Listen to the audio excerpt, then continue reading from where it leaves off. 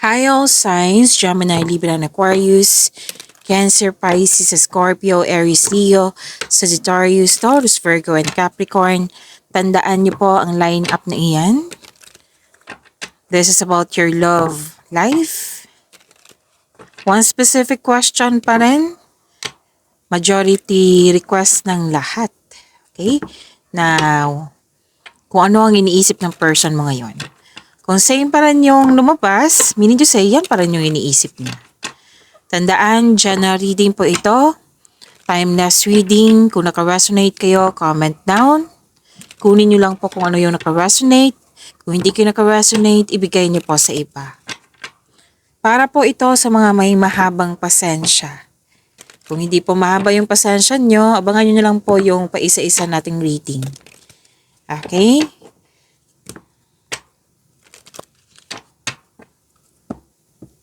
Let's start with Gemini.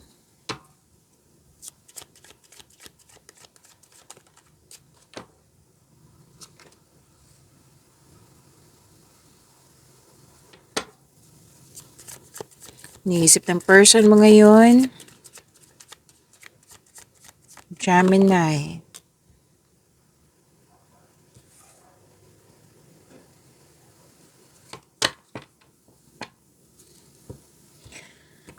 So, iniisip niya, masaya siya, may success.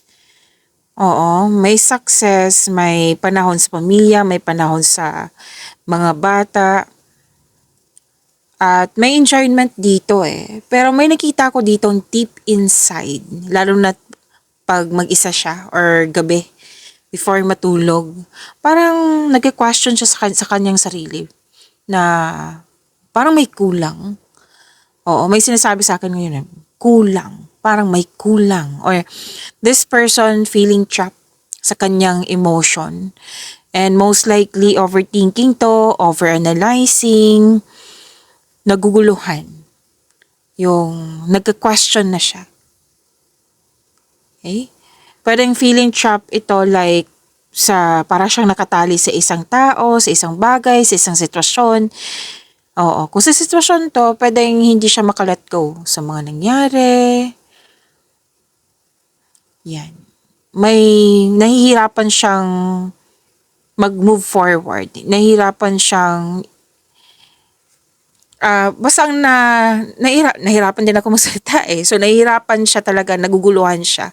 Basta ang nararamdaman niya para siyang nakakulong. Stuck. Yan. Okay? So, yan yung iniisip niya.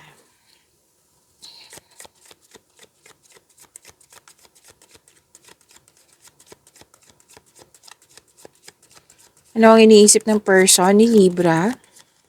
I need 2 cards po.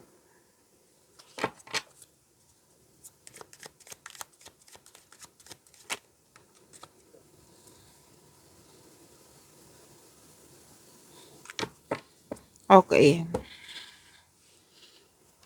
May celebration, monthsary, anniversary, any kind of celebration. May natapos siya sa mga gawain. Basta may pwedeng achievement, pwedeng may natapos, togetherness, excited siya sa celebration.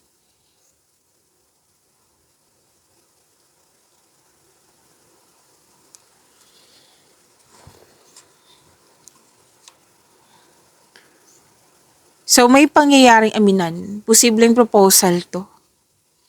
Proposal. Pwedeng aya siya sa iyo para lumabas, para i-celebrate ito. Pwede din po proposal ng literal. Engagement, ikakasal, kasal. Yan. Kasi, pwedeng i-celebrate niyo po yung monthsary na sinabi ko kanina, anniversary, yung success na achieve niya. Yan. So, kakausapin ka ng taong ito. Okay?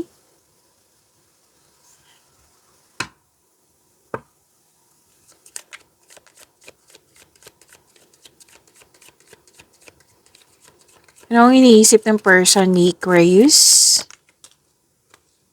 Talagang tumalon.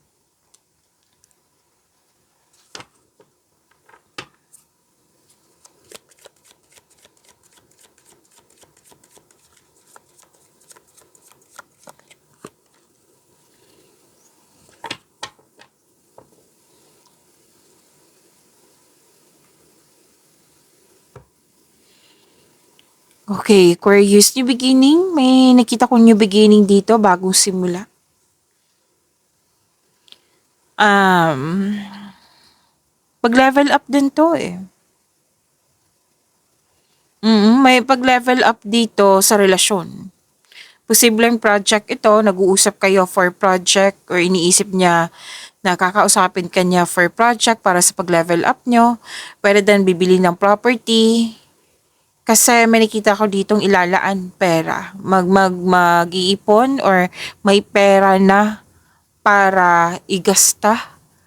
Pero sa ano ha, sa properties most likely na nakikita ko dito, Aquarius. Tapos may ilang couple, kontento na sa pagmamahalan.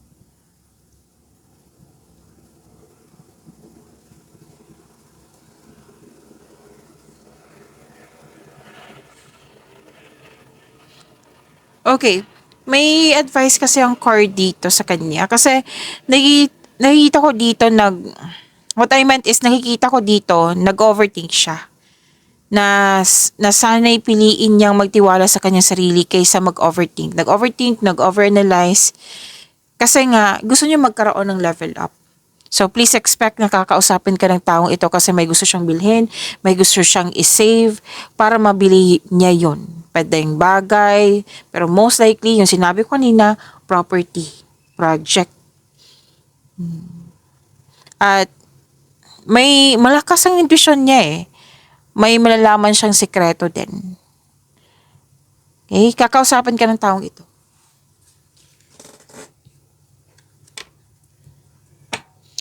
So, next is water signs, Cancer, Pisces, and Scorpio. Shuffle ko lang. Huwag niyong kalimutan na mag-subscribe sa channel natin at i-click yung bell notification para updated po kayo sa video reading natin. Updated kayo, ma-notify kayo.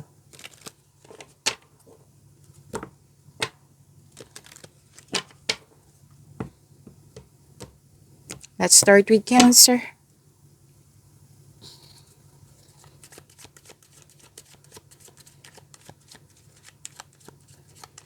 Spirit guide, ano po yung iniisip ng person ni Cancer?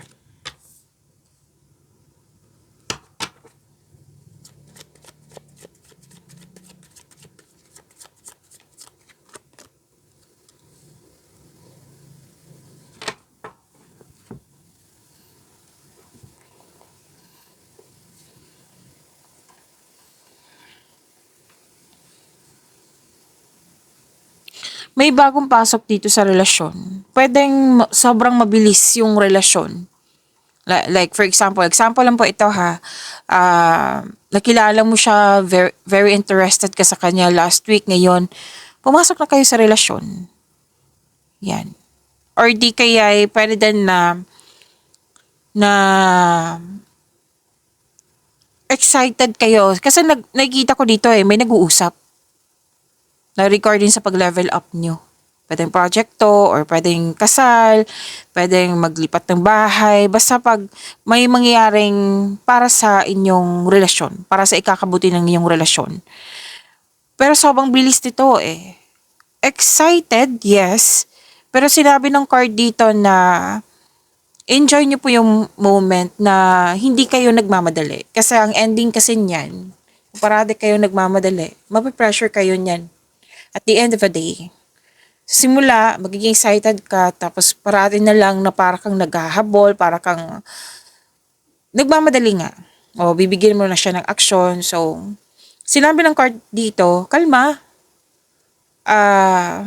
One step at a time. Yung bagong pasok sa relasyon, enjoy nyo po yung, wag magmadali, enjoy nyo po yung moment. Kumbaga, kilalanin ng mabuti, enjoy nyo po yung getting to know each other stage nyo. Huwag magmadali. Sa lahat, huwag magmadali. Excuse me. Oo, Cancer. At may nakita ko dito pwedeng may travel kayo. Para magkaroon ng panahon sa isa't isa.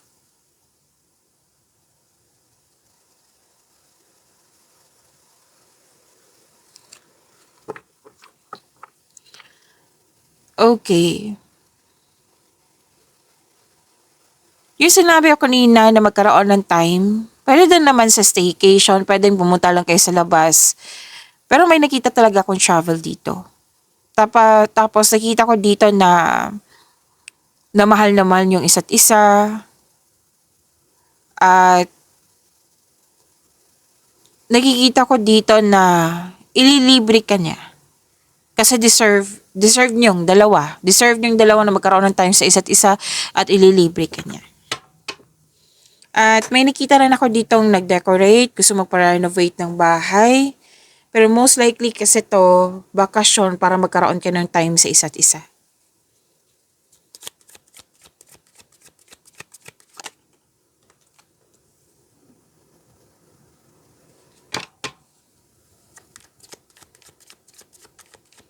Para punta kay Pisces, kung ano yung iniisip ng person mo, Pisces.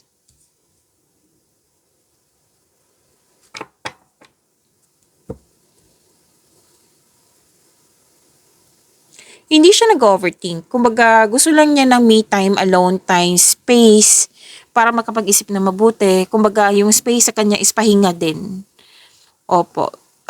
Naghahanap to ng sagot sa kanyang mga katanungan, pwedeng solusyon sa kanyang problema.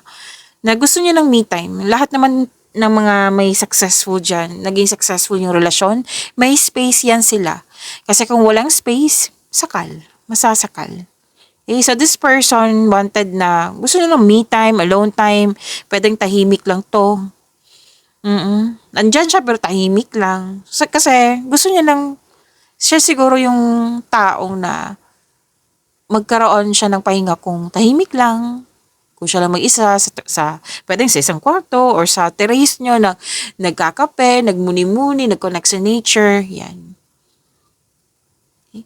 At nakikita ko rin dito na sa pagbalik nito, mayroon siyang sasabihin sa'yo. Like, pwedeng realization. Pwede din na for level up nyo. Basta may i-discuss siya sa'yo sa pagbalik niya. So, give time. Oo, give time. Baka magtaka kayo na tahimik lang tong taong ito. Bigyan mo siya ng oras na magkaroon ng space. Kasi lahat naman tayo eh. 'Di ba? Kahit single, kailangan din ng space. Okay?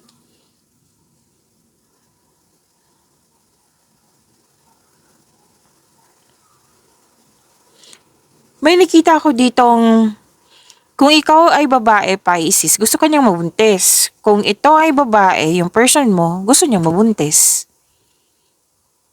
Gusto niya mabuntis. Oo. At pwedeng may buntis na. Mhm.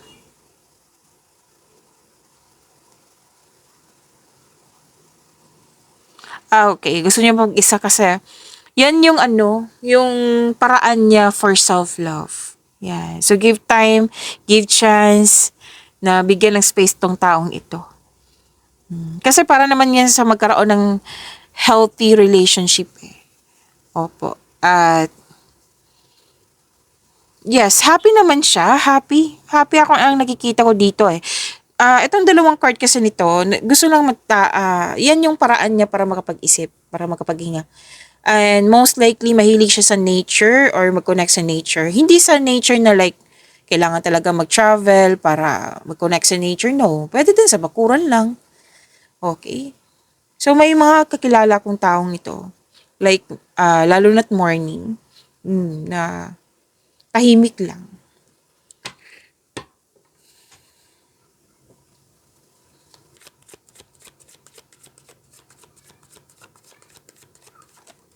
Spirit guide, ano po yung iniisip ng person ni Scorpio?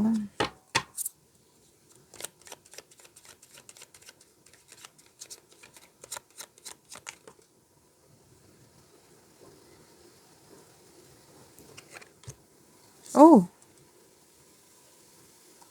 Yung person mo, posibleng nag-overthink to, ang lalim niyang iniisip niya. Pwedeng umiiral yung emotion niya din, pero most likely malalim talagang iniisip nito, nag-overthink to.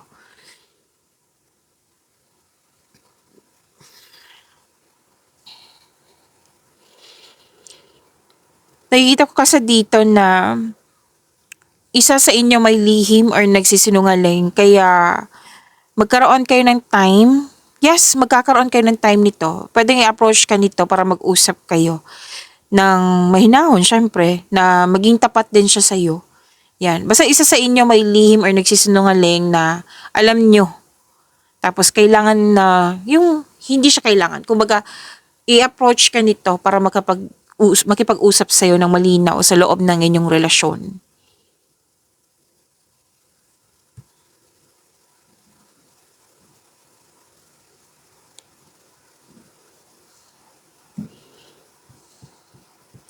Okay, so conflict talaga. Conflict, argument. Ingat na lang sa conversation ha, kasi mag-uusap kayo, di ba? Oh, so, mag-usap ng mahinahon. Kung pwede, kung pansin nyo na mainit nyo ang ulo nyo, pansin mo, mainit ang ulo niya, then wag muna. Bigyan mo lang, sabihan mo lang siya na wag muna kasi mukhang mainit pang ulo mo. Bigyan mo na kita ng time para makapag-isip. Ako din, bigyan ko ng time yung sarili ko para sa pagbalik natin, mag-usap na tayo ng mahinahon. Para magkaayos. Kaya nga mag-usap para magkaayos. Hindi mag-usap para kung sino yung talo, kung sino yung panalo, kung sino yung tama, kung sino yung mali.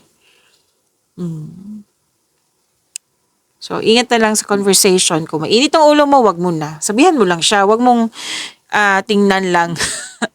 Diba, minsan magtingnan mo lang ng tao, mapipikon na, bakit hindi to nagsasalita? So, yun po. So,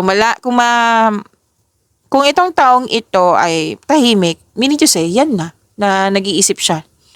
Pwedeng kausapin mo siya, bigyan kita ng space, bigyan mo din ako ng space para sa pag mag-set natin ng schedule para mag-usap, then mag-usap na tayo. Mag-usap tayo para magkaayos, hindi mag-usap para mag-away. Okay? Much better na pangunahan mo para maging successful yung pag-uusap niyo.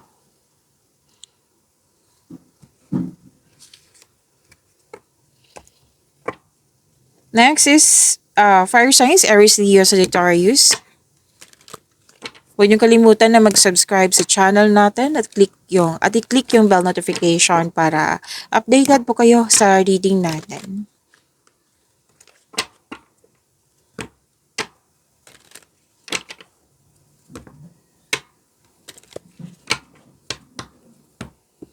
Let's start with Aries.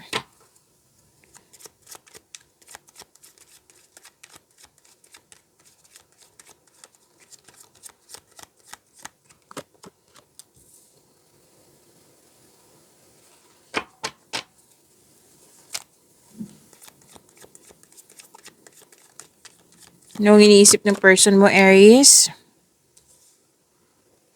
Nakikita ko dito, Aries, ending with new beginning. May nasaktan siya sa nakaraan kumbaga maraming situation, maraming ganap na nasaktan siya. Pero itong taong ito, babangon siya at mag-move forward. Kaya nga nagkaroon ng new beginning. Kumbaga, paano to sabihin? Pagtatapos ng isang mapait na sinapit. Kasi may pagtanggap na. Pagtanggap at nag-move forward siya kasi in-embrace niya yung new beginning.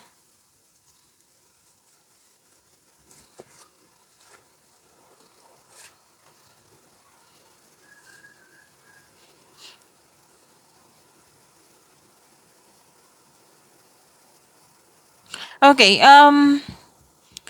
gusto niya magkaroon ng project kayo. Oo. Gusto niya magkaroon ng pag-level up sa inyong relasyon. May nakita naman ako dito na sinabi na kontento na siya sa inyong pagmamahalan. Pero most likely, iniisip niya ngayon, hindi lang siya iniisip gagawin niya talaga to.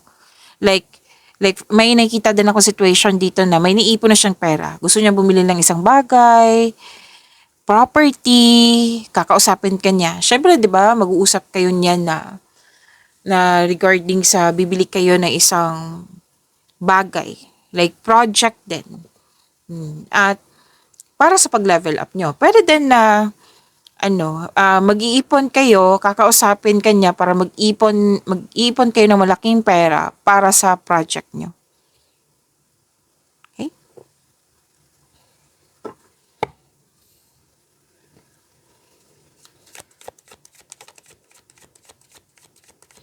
Spirit guide, ano pa yung iniisip ng person ni Leo?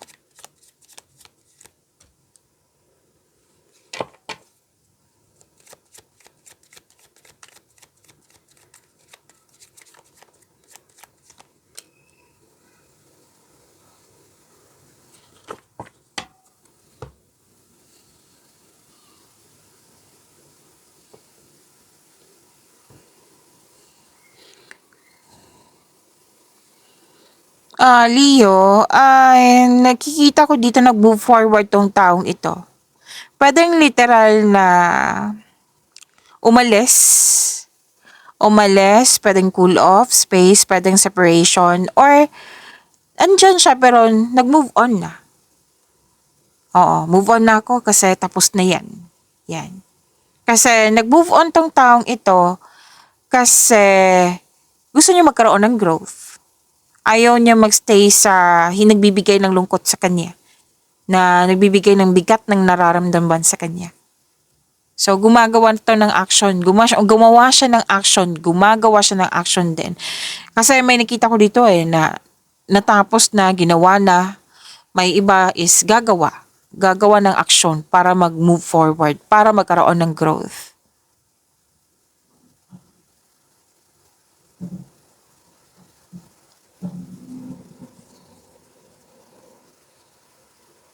Nakikita ko dito, gusto niyang masunod yung gusto niya, desisyon, ideas, or plano.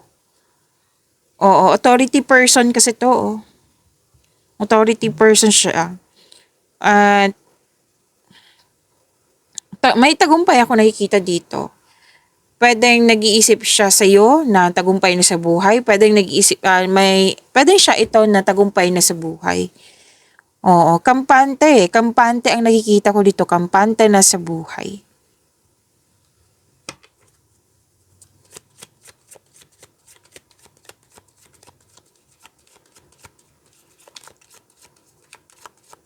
Ano po ang iniisip ng person ni Sagittarius?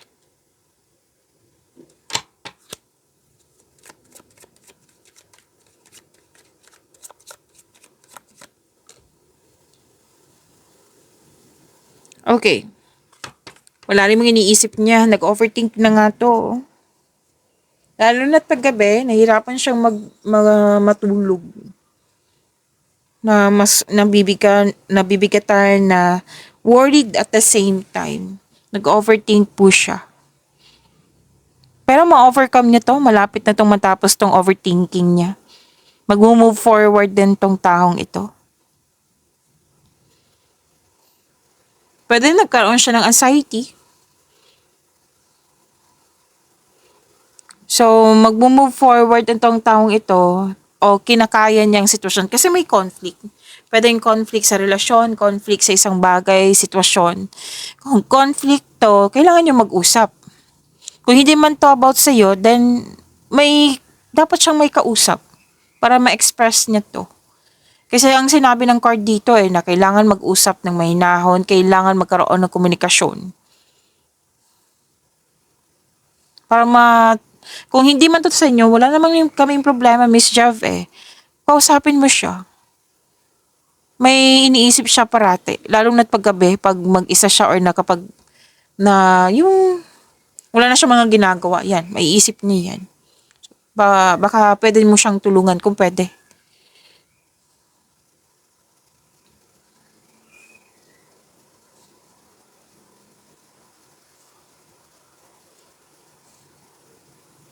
Okay. Excited po siya Excited siya. Baka hindi siya makatulog kasi excited siya. Excited siya sa inyong monthsary, anniversary, kasal, any kind of celebration. Oo. Mag-uusap kayo nito kasi mag-uusap siya regarding sa transformation. Pwedeng tungkol sa inyo, transformation nyo. Next is Earth signs, Taurus, Virgo, and Capricorn. Shuffle ko lang. Huwag niyong kalimutan na mag-subscribe sa channel natin at i-click yung bell notification para updated po kayo sa video reading natin.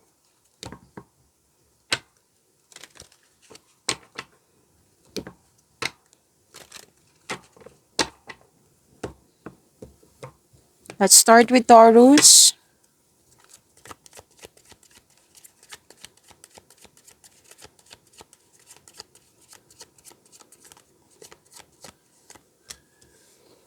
Iniisip ng person mo, Taurus.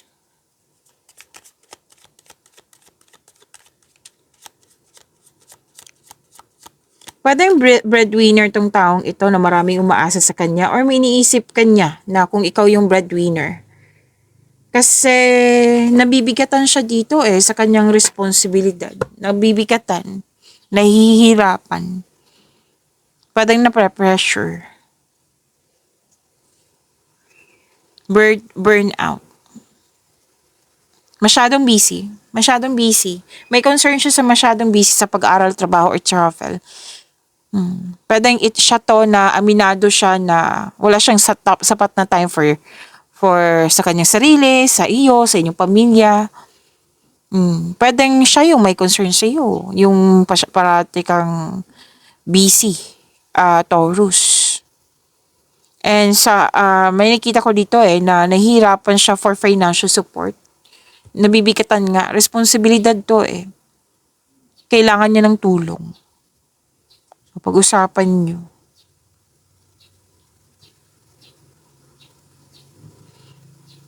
Malalim ang iniisip din. Kasi may nangyari po sa nakaraan na hindi niya basta-basta nakalimutan. Like, nasa present na siya pero yung bit-bit niya, yung present, yung past. Ito yung dahilan na nahihirapan siya. Pwedeng may nangyaring walang closure na may gusto siyang may kausap pero hindi niya makausap. Yan, pwede. Stuck siya stuck sa nakaraan, sa mga nangyari. Pwedeng may nangyari na hindi niya nagustuhan, may nasabi, may nagawa na hindi nagustuhan, or pwedeng specific person to na naisip niya. Pwedeng ikaw to na kung may tampuhan, yan. Pwedeng, may pwede. May, this person is stuck. Nabibigatan. Dalawang card na mismo nagsabi dito. So, kung makausap mo siya, kausapin mo siya na kailangan niyang mag-move forward. Okay?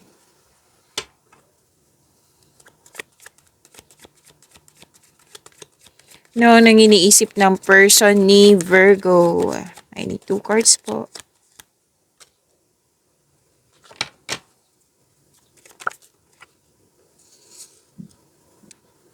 Okay, may sikretong mabubulgar at mag-uusap kayo nito. Magkakaroon siya ng honest conversation.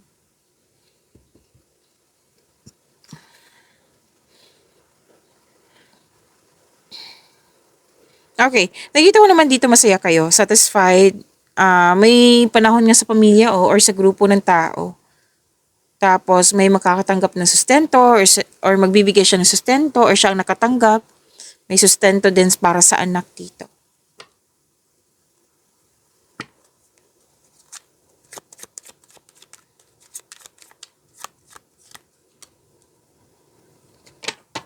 Kay Capricorn, pansin ko to kay Capricorn. May nangyari sa nakaraan. Oo, may lumalabas talaga to sa inyo, Capricorn. So, yung iniisip niya na may nangyari sa nakaraan na pwedeng loss of connection or kulang. Tapos, nahihirapan siya mag-move forward. Hinanap niya ang present, of course. Pero, yun nga, may nakita ko ditong bigat na bigat yung pakiramdam niya. May loss of connection Yan. And,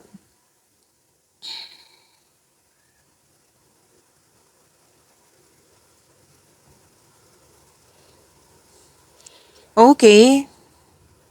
May sabi din dito na monthsary, may celebration. Monthsary anniversary or any kind of celebration. Tapos, okay. Kakausapin ka ng taong ito. Regarding sa transformation, sa pagbabago. So yan po. See you po mamaya sa paisa-isa niyong reading. Opo. Maraming salamat.